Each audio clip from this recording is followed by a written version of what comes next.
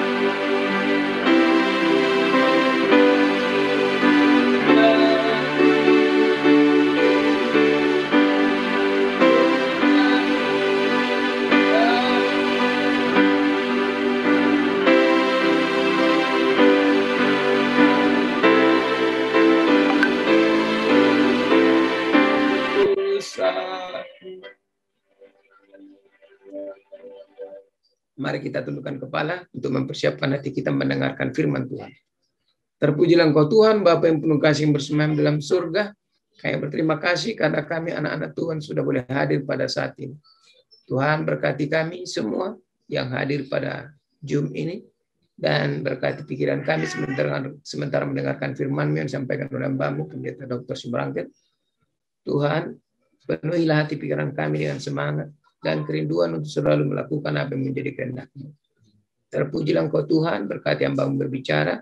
Kami serahkan waktu ini kepada-Mu Tuhan, di dalam berdoa. Amin. Baik, kita berikan waktu ini kepada hamba Tuhan Pendeta Simrangkit. Kami persilakan. Baik, terima kasih. Selamat siang dan shalom. Shalom. Jangan lupa tujuan kita, I will go, adalah ingin mempunyai pengalaman sama seperti Nabi Yesaya, ya. Yang mana 5 tahun ini program penginjilan, ya. Begitu ditanya siapa yang kuutus, ya. Lalu Yesaya katakan, ini aku. Jadi harus ada kerinduan, ya, karena Yesus sudah bersama dengan kita. Dan Matius 28, 18-20, pergi ke seluruh dunia, ya. Baptiskan mereka dalam Bapa, Anak, dan Roh Kudus, dan ajar, ya. Jadi jangan lupa, baptis dan ajar. Jadi ketika kita menginjil, membawa jiwa, lalu dia dibaptis, percaya kepada Tuhan, ajar. Status dia jadi murid, sementara status kita jadi apa? Guru atau gembala. Ya. Jadi kita mementor dia. Ya. Harus menginjil. Ya. Targetkan satu nama yang belum advent dan dia sudah advent untuk dijangkau. Didoakan, dilawat, diundang. I will go celebration. Silakan untuk diulang-ulang. Baik, pelajaran kita hari ini, ya. Dalam minggu ini planet bumi lahir kembali. Ya.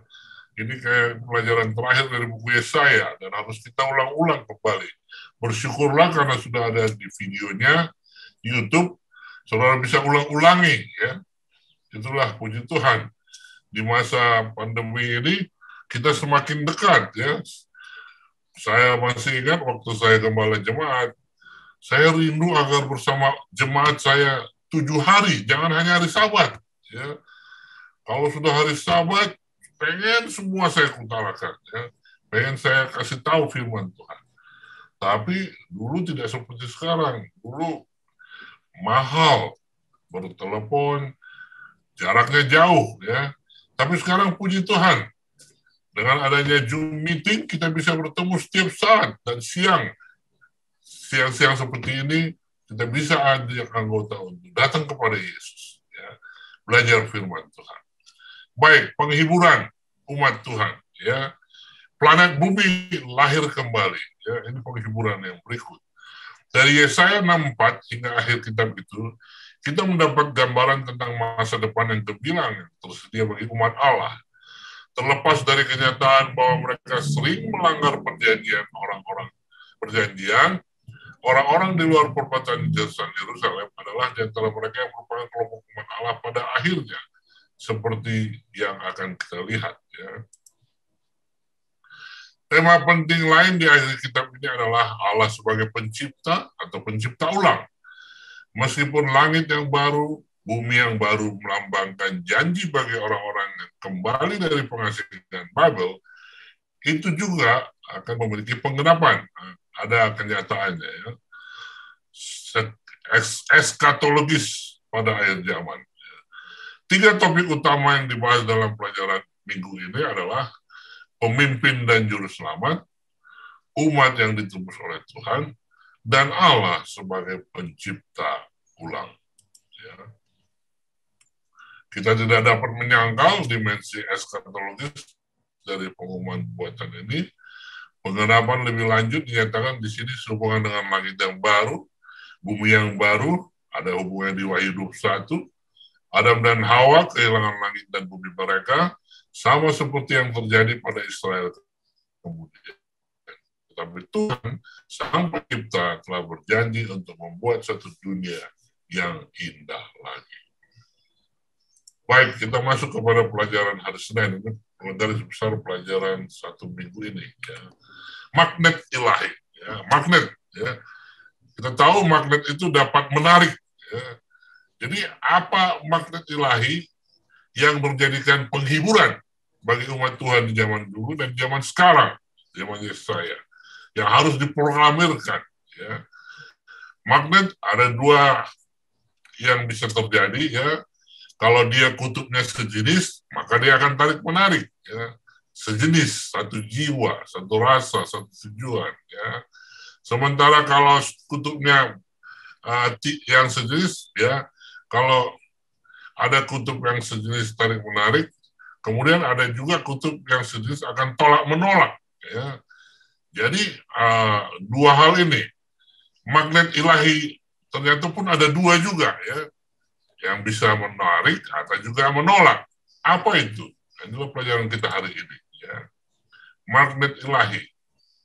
Nah, Yesaya 6 pelarang, ya, melalui Nabi, Allah mengulangi kembali ajakan dan amaran yang meresapi kitab Yesaya. Allah akan menyelamatkan dan memulihkan orang yang rendah hati, yang gentar terhadap firman-Nya. Sebagaimana dalam Yesaya 41, dia akan menghibur mereka. Tetapi dia akan menghancurkan mereka yang memberontak terhadap dia. Ini termasuk orang-orang munafik yang melakukan ritual keagamaan, di mana persembahan mereka telah ditolaknya. Yang juga mereka yang membenci dan menolak umatnya yang setia. Termasuk juga mereka yang melakukan praktik kekafiran yang sangat keji, seperti yang dipraktikkan di Bait Suci Yerusalem. Ya. Jadi ini magnet ilahi, ya, menarik atau menolak, ya, melalui penghakiman. Setelah kehancuran musuh-musuhnya, Allah menyatakan kemuliaannya, sehingga dia menjadi magnet yang sanggup menarik bangsa ke Yerusalem. Ya. Dia menetapkan tanda di antara mereka. Tanda yang tidak dijelaskan di sini, tetapi tampaknya merujuk pada tanda yang terakhir kali disebut oleh Yesaya. Allah memberikan damai dan sukacita serta memulihkan tanah mereka. Saat dia menyatakan kemuliaannya dengan memulihkan umatnya setelah mengalami kehancuran, inilah tanda dari pemulihan rahmatnya. Sama seperti ketika dia memberikan kepada Nuh satu tanda pelangi setelah air bah. Jadi tandanya itu ada pemulihan, ya, sukacita, ya, damai dan sukacita. Baik, kalau bisa disimpulkan pelajaran hari ini, ya, melalui penghakiman, ya, 5 hal yang ditolak Tuhan. Ini maksud yang menolak, ya. Mereka yang melawan Tuhan. Ya. Jadi kita hiburkan umat, jangan kecewa kalau kamu melihat orang fasik, karena mereka itu akan ditolak Tuhan. Ya. Siapa saja yang ditolak Tuhan? Pertama yang melawan Tuhan, Yesaya 6 ya. Dengar Tuhan melakukan pembalasan kepada musuh-musuhnya. Ya. Jadi ada pembalasan. Kita sudah pelajarin, ya, bagaimana Tuhan kok bisa membalas. Padahal dia bilang, kalau dilempar batu kasih apa? Roti. Pembalasan terhadap dosa yang orang jahat. Lalu yang kedua, yang mengucilkan umat Tuhan. Ya. Jadi Tuhan menolak orang yang apa? Yang mengucilkan umatnya. Ya. Karena dalam Yesaya 6 ayat 5, dengarlah firman Tuhan, kamu yang gentar kepada firman-Nya. Saudara-saudaramu yang membenci kamu, yang mengucilkan kamu, oleh karena kamu menghormati namaku. Ya.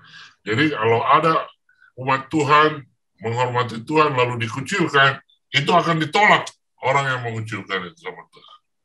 Lalu yang ketiga, hypocrite, legalis, ya, orang yang seperti beragama tapi tidak beragama, hanya mau kelihatan rohaniawan aja, ya. Orang menyembelih lambu jantan, Yesaya 6 ayat 3. Namun membunuh manusia juga. Orang mengorbankan domba, namun mematahkan batang leher anjing. Orang mempersembahkan korban sajian, namun mempersembahkan darah babi. Orang mempersembahkan kemenyan, namun memuja berhala juga. Karena itu, sama seperti mereka lebih menyukai jalan mereka sendiri dan jiwanya menghendaki dewa kejijikan mereka. Ya. Jadi itu yang ketiga, hal kelompok yang ditolak Tuhan. Ya. Yang keempat, menolak untuk memperhatikan Tuhan. Ya. Yesaya 6:4, demikianlah aku lebih menyukai memperlakukan mereka dengan sewenang-wenang dan datangkan kepada mereka apa yang ditakutkan mereka. Oleh karena apabila aku memanggil, tidak ada yang menjawab. Apabila aku berbicara, mereka tidak mendengarkan. Sampai mereka melakukan jahat di mataku. Dan lebih menyukai apa yang tidak ku kehendaki. Yang kelima, ya, yang ditolak Tuhan dari magnet ilahi, yang menyembah Allah lain. Ya.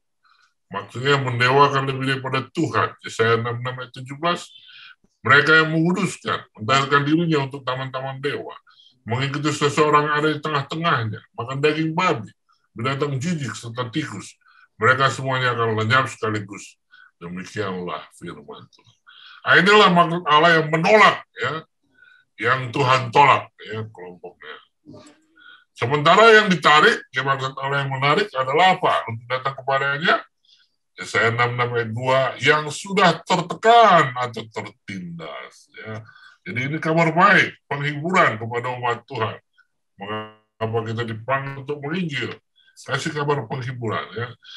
Boleh Anda rasa tertekan, tertindas, ya, akan ada pelepasan dari Tuhan. Bukankah tanganku yang membuat semuanya ini sehingga semuanya terjadi? Demikianlah firman Tuhan. Tetapi kepada orang inilah aku memandang, kepada orang tertindas dan patah semangatnya dan yang gentar kepada firman. Yang kedua, membebaskan orang yang menghormati Tuhan. Ya. Tuhan akan menarik orang-orang datang kepadanya yang membebaskan orang yang menghormati Tuhan. Yesaya 6:5, dengarlah firman Tuhan, hai kamu yang gentar kepada firman-Nya. Saudara-saudaramu yang membenci kamu, yang mengucilkan kamu oleh karena kamu menghormati namaku telah berkata, baiklah, Tuhan menyatakan kemuliaan supaya kami melihat sukacitamu, tapi mereka sendirilah yang mendapat malu. Yang ketiga, yang ditarik Tuhan datang kepadanya adalah orang yang apa? Menderita, diberikan penghiburan. Yesaya 6:13 dan 40:1-2. Seperti seseorang yang dihibur ibunya, demikianlah aku ini akan menghibur kamu. Kamu akan dihibur di Yerusalem. Jadi pelajaran minggu ini adalah klimaks, ya, daripada tema sekolah sahabat kita. Hiburkanlah. Yesaya 41:2. Hiburkanlah umatku, demikianlah firman Allahmu. Tenangkanlah hati Yerusalem dan serukan kepadanya bahwa perhambaannya sudah berakhir. Kesalahannya telah diampuni. Sebab ia telah menerima hukuman dari tangan Tuhan 2 kali lipat karena segala dosanya. Yang menawarkan damai, ya, Tuhan akan tarik orang datang kepadanya yang menawarkan damai. Yesaya 6:12, begini firman Tuhan, sesungguhnya aku mengalirkan kepadanya keselamatan seperti sungai, kekayaan bangsa-bangsa seperti batang air yang membanjir. Kamu akan menyusu, akan digendong, akan dibelai-belai di pangkuan. Dan yang terakhir, memulihkan Yerusalem. Ya. Yesaya 6:10, bersukacitalah bersama Yerusalem. Bersorak-soraklah karenanya. Hai semua orang yang mencintainya. Bergiranglah bersama-sama dia segirang-girangnya. Hai semua orang yang berkabung karenanya. Aku akan memulihkan kepadamu tahun-tahun yang hasilnya dimakan habis oleh belalang pindahan, belalang pelompat, belalang pelahap, dan belalang pengerip. Tentaraku yang besar yang kukirim ke antara kamu. Haleluya. Inilah kabar baik, kabar penghiburan yang harus kita sampaikan kepada orang-orang di sekitarnya. Tuhan memberkati kita. Shalom. Kalau ada tambahan pertanyaan, silakan. Terima kasih Pendeta Simorangkir. Tentu kita setelah mendengar ada tentu sesuatu yang ingin kita tanyakan atau ada ingin sesuatu yang kita ingin ketahui di dalam. Silakan kalau ada yang ingin mengetahui dengan mengajukan pertanyaan silakan. Ada mungkin yang menyampaikan sesuatu untuk memperkuat dengan memberikan tambahan. Silakan, saya berikan kesempatan. Baik, Pendeta. Silakan. Baik, terima kasih. Pelajaran yang baik sekali untuk kita cermati bersama-sama pada siang hari ini ya. Magnet ilahi. Magnet seperti tadi yang sudah disampaikan Pendeta Simorangkir adalah satu kekuatan yang dapat menarik benda-benda asing atau benda-benda yang lain supaya dapat menyatu dengan si penarik ya. Jadi magnet itu adalah kekuatan yang dapat menarik benda-benda yang jauh maupun yang dekat untuk dapat menempel. Nah, di dalam buku Yesaya ini kita mendapati memang seperti tadi diuraikan seperti sesuatu yang abstrak, tidak begitu jelas diungkapkan. Tetapi kita dapat melihat sebagaimana tulisan-tulisan yang lain daripada Yesaya yang merujuk kepada satu, baik itu kuasa, baik itu oknum, kita bisa dapat melihat siapa sebenarnya pusat daripada kuasa yang memberikan pengaruh untuk mendatangkan satu perubahan ya. Satu perubahan yang mengenal segala sesuatu itu siapa, dan kemudian bagaimana dia sebagai yang memiliki kuasa untuk mengubahkan dan yang menyelamatkan. Sebagaimana kita dapati di dalam Yesaya pasal 53, itu adalah berbicara tentang Yesus, ya, hamba Allah. Maka di dalam Yesaya pasal 66 ini adalah juga berbicara tentang akhir dari segala sesuatu itu adalah pribadi yang sama. Itu adalah berbicara tentang Yesus. Saya akan ajak kepada kita untuk melihat bahwa itu adalah tanda itu adalah Yesus. Ya. Yang di dalam buku Yesaya tidak begitu jelas disampaikan. Tapi kita dapat melihat ayat-ayat firman Tuhan yang mengatakan bahwa itu adalah berbicara tentang Yesus. Mari kita buka Alkitab kita dulu di dalam Yesaya pasal 66 ayat 18 dan 19. Kita lihat di situ dikatakan, aku mengenal segala perbuatan dan rancangan mereka. Siapa? Tuhan ya mengenal. Dan aku datang untuk mengumpulkan segala bangsa dari semua bahasa, dan mereka itu akan datang melihat kemuliaanku. Jadi semua orang, semua bangsa akan melihat kemuliaan Allah. Jadi kemuliaan Allah itu sangat dirindukan, dibutuhkan oleh semua bangsa, sebab itulah menjadi sukacita. Ayat 19. Dan aku akan menaruh tanda di tengah-tengah mereka. Ya, ada tanda di tengah-tengah mereka, dan akan mengutus dari antara mereka orang-orang yang terluput. Tuhan akan mengutus orang-orang untuk memberitakan kemuliaan Tuhan. Ya, jadi kemuliaan Tuhan itu diberitakan yang merupakan kerinduan segala bangsa. Orang-orang yang terluput kepada bangsa-bangsa yakni Tarsis, Pul, Lut, Kemesek, dan Ros, Ketubal, dan Yawan, ke pulau-pulau yang jauh yang belum pernah mendengar kabar tentang aku dan yang belum pernah melihat kemuliaanku, supaya mereka memberitakan kemuliaanku di antara bangsa-bangsa. Di ayat ini mengatakan tentang mereka yang belum pernah mendengar tentang kemuliaan Allah itu. Mari kita lihat ayat firman Tuhan. Kita baca di dalam Matius 4 ayat 16. Kita baca di dalam Matius 4 ayat 16. Kalau ada yang bisa baca, lebih baik. Baik, saya baca sendiri ya. Di dalam Matius 4 ayat 16 dikatakan. Sebelumnya saya baca di ayat 14. Ya. Matius 4:14 dikatakan, supaya genaplah firman yang disampaikan oleh Nabi Yesaya. Ya, supaya genap firman yang disampaikan Nabi Yesaya. Ayat 15. Tanah Zebulon dan tanah Naftali, jalan ke laut, daerah seberang sungai Yordan, Galilea, wilayah bangsa-bangsa lain.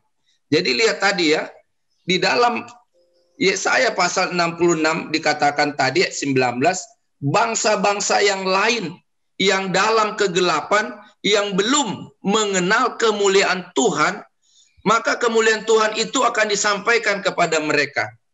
Dan kemudian kita baca ayatnya ayat 16, bangsa-bangsa yang diam dalam kegelapan telah melihat terang yang besar, dan bagi mereka yang diam di negeri yang dinaungi maut telah terbit terang. Jadi bangsa yang di dalam kegelapan, di luar daripada bangsa Yahudi, akan menerima terang Tuhan, kemuliaan Allah, dan kemuliaan itu adalah Yesus Kristus. Kita baca dalam Yohanes 1 ayat yang ke-14.